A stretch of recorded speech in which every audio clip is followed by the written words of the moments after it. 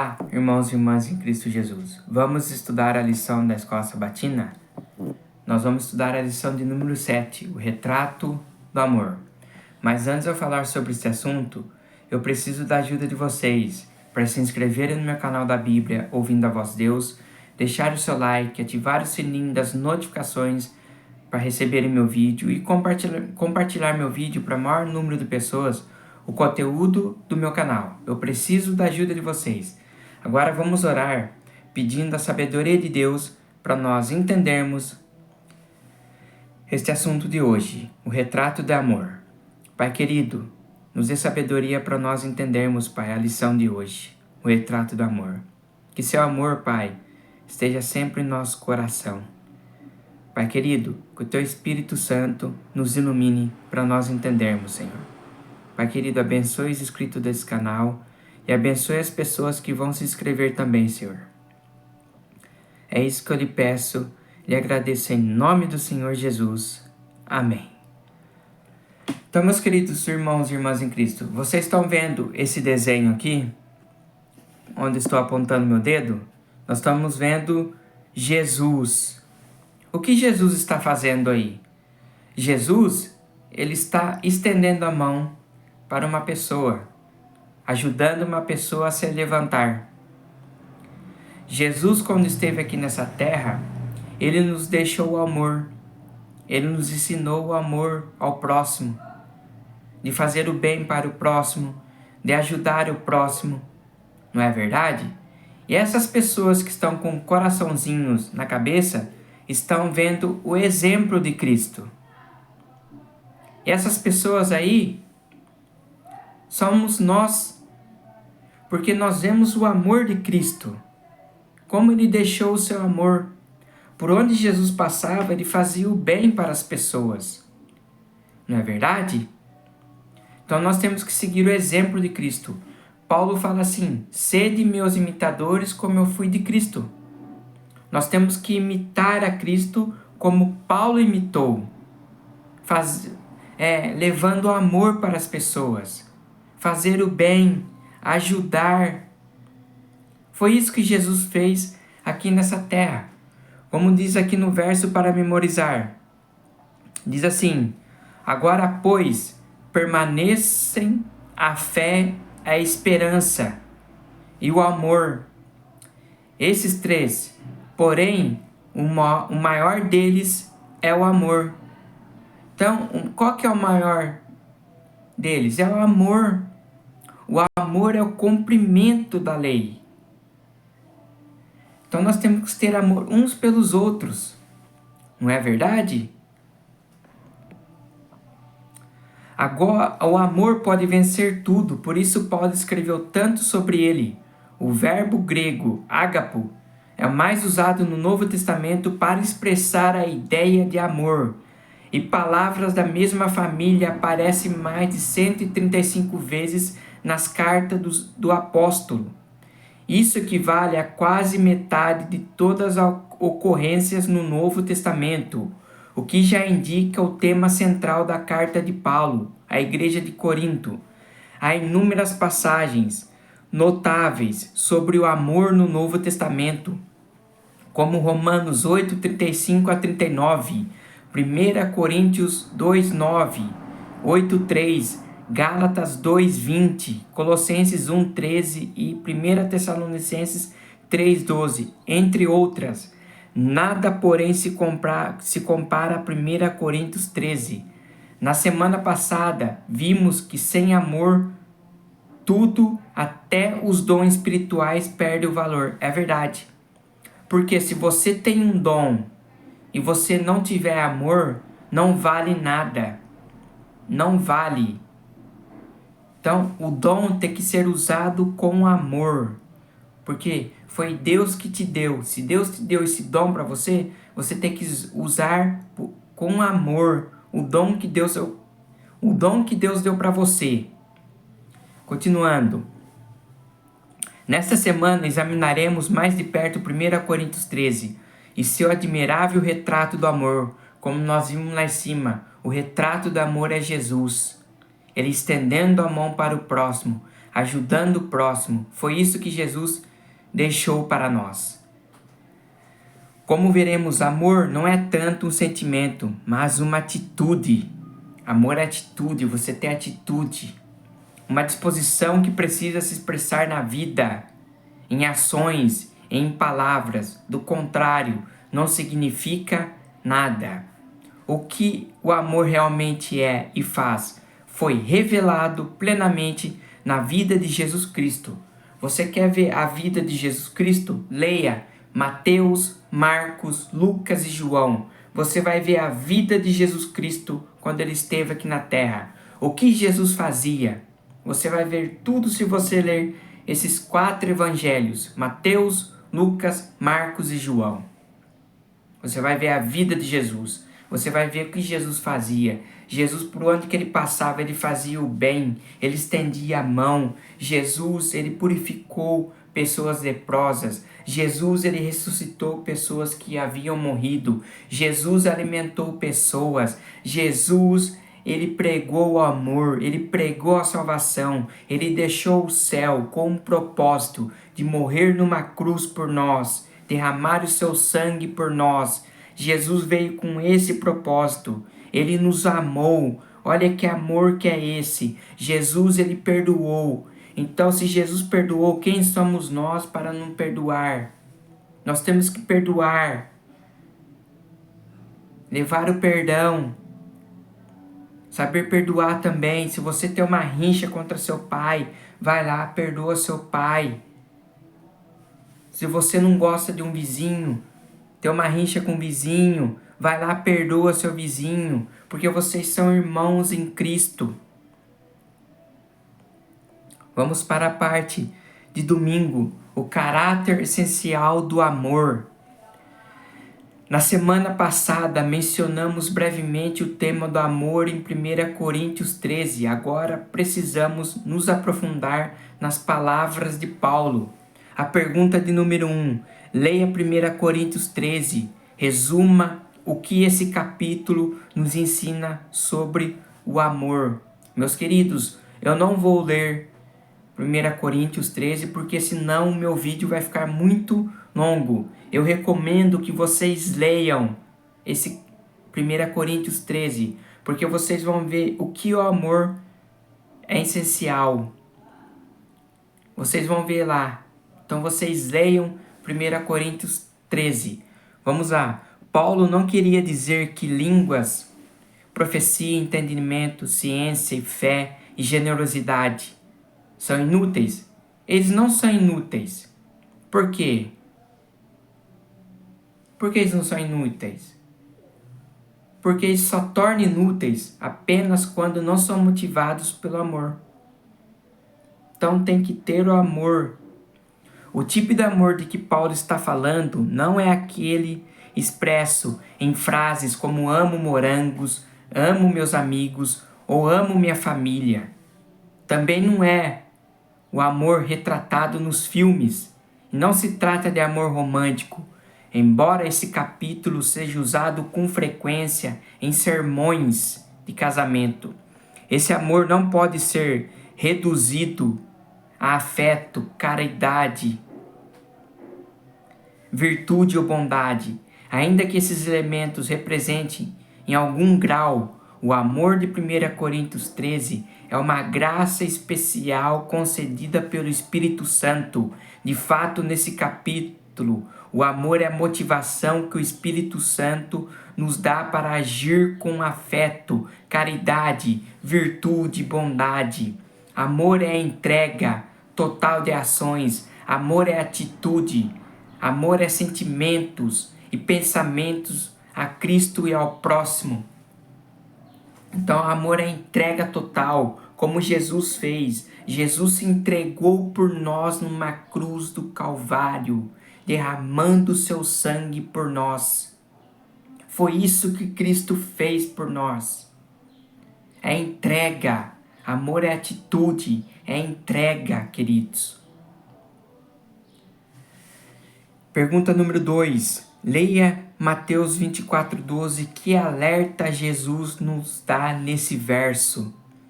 Aqui Jesus diz: E por isso que o amor ágape é tão essencial e necessário no poder de Cristo. Não podemos permitir que o amor esfrie em nosso lar. Isso não pode acontecer. Na nossa igreja ou vizinhança, não podemos deixar o amor se esfriar. Nós temos que pensar, queridos, na morte de Cristo na cruz. Que demonstração de amor poderia ser mais forte do que essa? É claro que jamais viveremos plenamente o amor como Jesus viveu. Contudo, pela graça de Deus, devemos nos esforçar para manifestá-lo em nossa vida na medida do possível. Se você é uma pessoa de Deus, você tem amor de Deus. Se você ama Deus, você vai amar o seu próximo. Você não pode deixar o amor se esfriar no seu lar. Não pode. Não pode ter brigas dentro do lar. Se você tem uma briga, você tem que saber resolver com seu marido. Conversar com ele. Nós não podemos brigar, porque se haver brigas, o diabo está no meio. O que o diabo quer? Ele quer que o amor se esfrie. Ele quer que vocês vivem em brigas, que vocês se separem. É isso que o diabo quer. Então isso não pode acontecer. Tem que pensar na cruz, refletir na cruz o que Cristo fez por nós, morrendo na cruz, derramando seu sangue. Olha o amor de Cristo por nós, queridos. Então por que deixar o amor se esfriar? Mas infelizmente hoje nós vemos em televisões as pessoas brigando, as pessoas se maltratando, ninguém tendo amor mais nenhuma pelo próximo. Ninguém respeita mais ninguém. Nós vemos pai maltratando filhos, filho maltratando pais. Cadê o amor? Cadê as pessoas refletindo na cruz que Cristo morreu? Não tá mais. Então nós não podemos deixar o amor se esfriar. Não podemos. Temos que ter o amor de Deus em nosso coração. Parte de segunda-feira. O que o amor faz? Aqui nós vamos ver na parte de segunda-feira o que o amor faz. O centro de 1 Coríntios 13 está nos versos 4 a 7. Neles, Paulo apresenta as qualidades do amor, mostrando o que o amor é, o que não é, o que faz e o que deixa de fazer. O apóstolo personifica o amor para que enxerguemos como se comporta alguém cheio desse amor, impulsionado pelo Espírito Santo. Em sua descrição, Paulo usa uma série de verbos para ele. O amor está mais relacionado a ações do que a sentimentos ou emoções. O amor é o quê? É paciente, significa perseverar pacientemente em circunstâncias difíceis, que é paciência. Paciência também envolve a capacidade de ser tolerantes uns com os outros.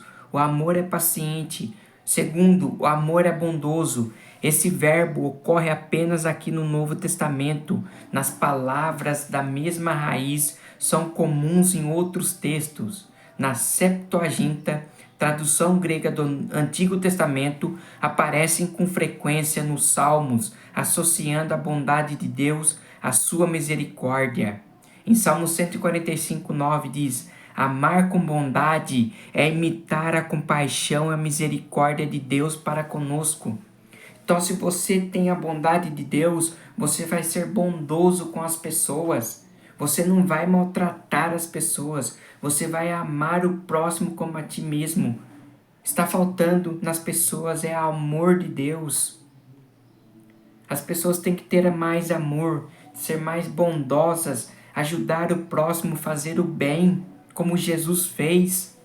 É difícil fazer isso? Não, mas as pessoas não querem saber de ajudar as outras pessoas, de ver uma pessoa passando uma necessidade, ajudar ela. Você vai na casa de uma pessoa, você vê que a pessoa está passando necessidade, faça uma compra para ela, mate a fome daquela pessoa, depois você fala de Deus para a pessoa. Está faltando isso nas pessoas. As pessoas não estão tendo mais amor, não estão tendo mais paciência. As pessoas perdem a paciência mais rápido, mais rápido, né? Perde paciência na escola, perde paciência no trabalho, o marido perde a paciência com a mulher perde a paciência com o marido. Não pode, o amor é paciente, o amor é bondoso, o amor se alegra com a verdade. O que é isso? Expressa a capacidade de experimentar alegria juntamente com outras pessoas. O amor tudo sofre. Os estudiosos discutem. Significa cobrir, isto é, manter algo em confidência, com o sentido de proteger ou suportar, no sentido de ter resiliência. Em 1 Coríntios 9:12, esse termo claramente expressa perseverança, o que leva a maioria dos intérpretes e tradutores a preferir a segunda ação. O amor tudo crê. Eu esqueci de ler o verbo aqui, ó.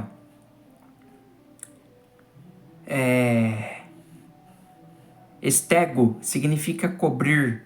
Eu esqueci de dizer isso para vocês. Agora o quinto, tudo crê, que é pisteuo. Pisteuo vem da mesma raiz que tem o termo grego para fé. Pistes, no contexto da passagem, tudo crê, significa conceder ao outro o benefício da dúvida. Tudo espera. No Novo Testamento, eu piso sempre se refere a crer ou a aguardar com expectativa que alguma coisa boa ocorrerá. Tudo suporta. Pomeno. Provavelmente não há diferença entre os verbos estego e pomeno. Em 1 Coríntios 13:7, eles são sinônimos, indicando a perseverança em meio às provações. Paulo entrega hipomeno no fim do verso para evitar repetir estego.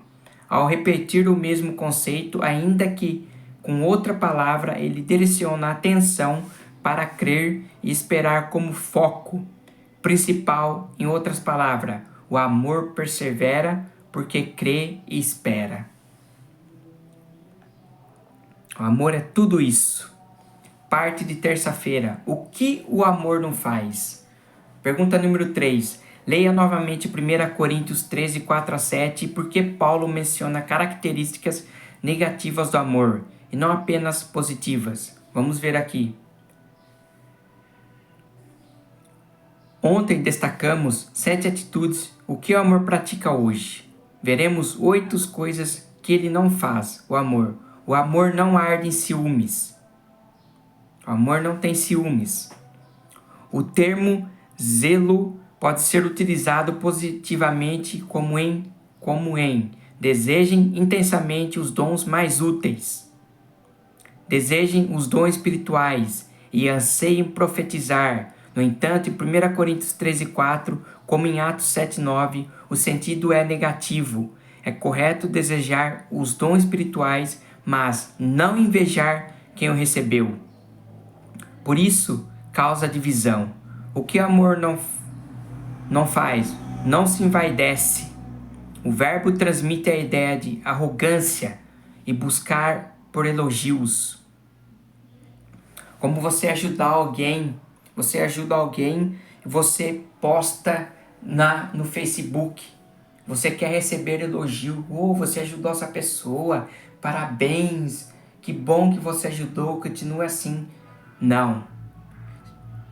Se você ajuda alguém, é para você gloriar a Deus. É você e Deus. Você não precisa ficar postando em redes sociais porque você ajudou uma pessoa. Não. É você e Deus. Não é para você se gloriar. É para você gloriar a Deus. Continuando. O amor não é centrado em si mesmo. Algo que fica ainda mais claro a seguir. O amor não é orgulhoso.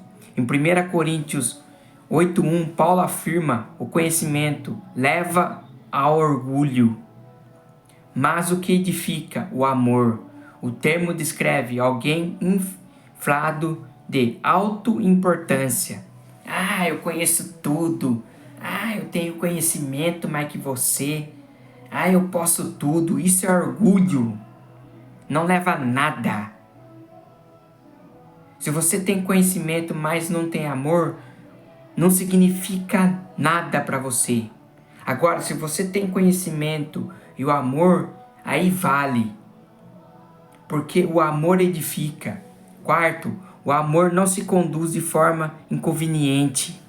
O verbo abrange muitos sentidos. Em geral, significa agir contra padrões morais e sociais de modo desonroso, indecoroso ou impróprio. É provável que Paulo se refira a comportamento arrogante e grosseiro do grupo considerado forte em relação aos fracos.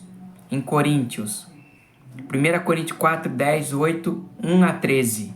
O amor não busca os seus interesses. Isso remete a 1 Coríntios 10, 24. Ninguém deve buscar o seu próprio direito, mas sim o dos outros. Tradução do autor. O amor abre mão de direitos em favor do próximo. Em um ambiente em que cada um busca o bem do outro, todos são beneficiados. Então tem que buscar o bem um do outro. O amor não se irrita. O verbo sugere um estado anterior de agitação, indicando alguém facilmente provocado à ira. O amor não é explosivo nem melindroso. O amor não se ressente do mal. Aqui o sentido é lançar na conta, linguagem de contabilidade. O amor não registra ofensas. Em outras palavras, o amor perdoa. Queridos, se Deus nos perdoou, quem é você para não perdoar? Não é verdade? Oitavo, o amor não se alegra com a injustiça. O amor só esquece os erros alheios, como também não tem prazer neles. Quando amamos de verdade, não nos alegramos com os erros dos outros, antes buscamos ajudar. Está faltando isso nas pessoas. Tem que ajudar. Não tem que se alegrar com o erro da outra pessoa. Tem que ajudar a pessoa. Quarta-feira, nós vamos ver aqui o retrato de Jesus. Retrato de Jesus.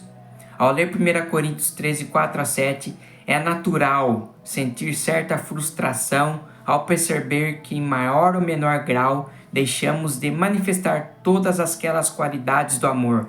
É provável que Paulo tivesse a pessoa de Jesus em mente ao escrever esse capítulo. De fato, somente ele revelou perfeitamente cada uma dessas características. Em última análise, portanto, o retrato do amor traçado por Paulo é um retrato de Cristo. Pergunta de número 4. Leia João 13, 1 e 34 e capítulo 15, verso 9 e 12, 1 Timóteo 1, 14, 2 Timóteo 1, 7, 13, 1 João 3, 16, 4, 7 a 12, 19, 21. O que esses textos nos ensinam sobre o amor? Olha o que diz: Deus é amor. Não é verdade? Deus é amor. Ele nos amou a ponto de dar seu Filho unigênito. Em João 3,16, Jesus é a expressão plena desse amor. Hebreus 1,3. Se quisermos saber como o amor se manifesta, precisamos contemplar Jesus atentamente, observar com cuidado a maneira como o Novo Testamento apresenta Cristo. Perceberemos que todas as qualidades positivas do amor em 1 Coríntios 13 se vê nele. Jesus é paciente, mas por isso mesmo Deus foi misericordioso comigo para que em mim, o pior dos pecadores, Cristo Jesus demonstrasse toda a sua paciência. Então Jesus é paciente, Jesus é bondoso. A Bíblia declara que o Senhor é bondoso. Nesse texto, o Senhor refere-se a Jesus. O termo bondoso traduz o grego chestos, que vem da mesma raiz do verbo Cheresteomai, que é mostrar bondade. Aqui Jesus se alegra com a verdade. Jesus experimentou a cumprir a vontade do Pai e sentir o amor do Pai por ele. Jesus tudo sofre, tudo suporta. Jesus, ele suportou a cruz por nós. Jesus tudo crê. Quando Ananias questionou a sinceridade da conversão de Paulo, Jesus respondeu: este é para mim um instrumento escolhido. Cristo vê as pessoas não apenas como são, mas como se tornarão pelo seu poder. Aí fala da conversão de Paulo. Quando Paulo se converteu, Paulo foi levado numa casa, na rua à direita. E Deus falou para Ananias: Ananias, vai lá orar para Saulo, para voltar à sua visão. Ananias falou assim: mas Senhor, eu vou lá para aqui, ele é o perseguidor da igreja. Não pode ir lá, porque ele é um vaso escolhido por mim que vai levar a minha palavra. Então, Deus escolheu Paulo para pregar a sua palavra. E Deus quer escolher você também. Não basta quem você é. Deus não vê isso em você. Deus vê isso de como essas pessoas tornarão pelo seu poder. Que Deus vai usar as pessoas. Pode usar você com o poder dele para você pregar a palavra dele. Então você tem que permitir que Deus use você, como Deus usou Paulo. Parte de quinta-feira: fé, esperança e amor. Até aqui aprendemos que o amor é paciente, bondoso, alegre, resiliente, confiante, esperançoso e perseverante.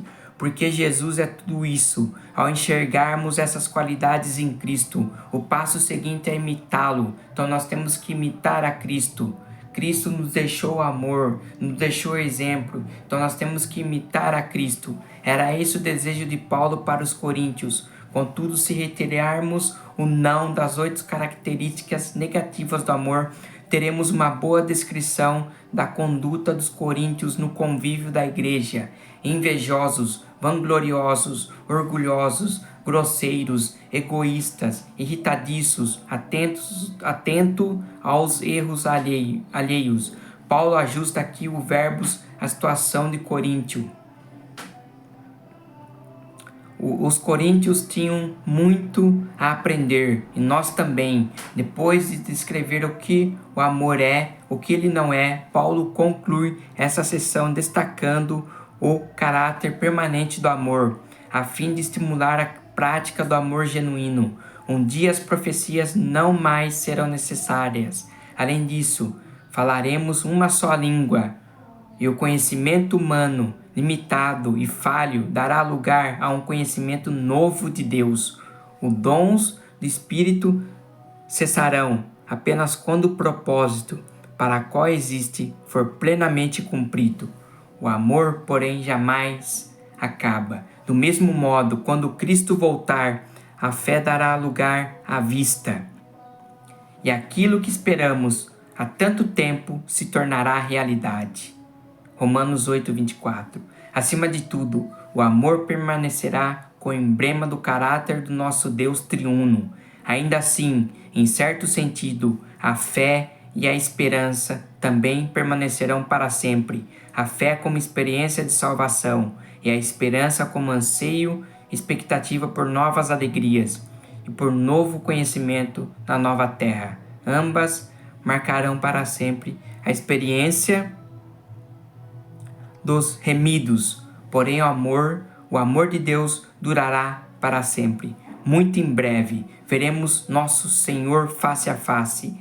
Até esse dia, nossa vida deve ser definida por 3 virtudes: fé, esperança e amor. Esse trio representa a plenitude da vida cristã no Espírito e por isso foi mencionado com frequência entre os cristãos. O amor, porém, é o maior deles. É a única virtude usada para descrever a própria natureza de Deus. Quando nós estivermos na nova terra com Jesus, o amor não acaba. O amor permanecerá lá. Que Deus abençoe vocês, meus queridos irmãos. Essa foi a lição de número 7, o retrato do amor. Que esse retrato do amor esteja sempre em nossos corações. E até o meu próximo vídeo. Tchau!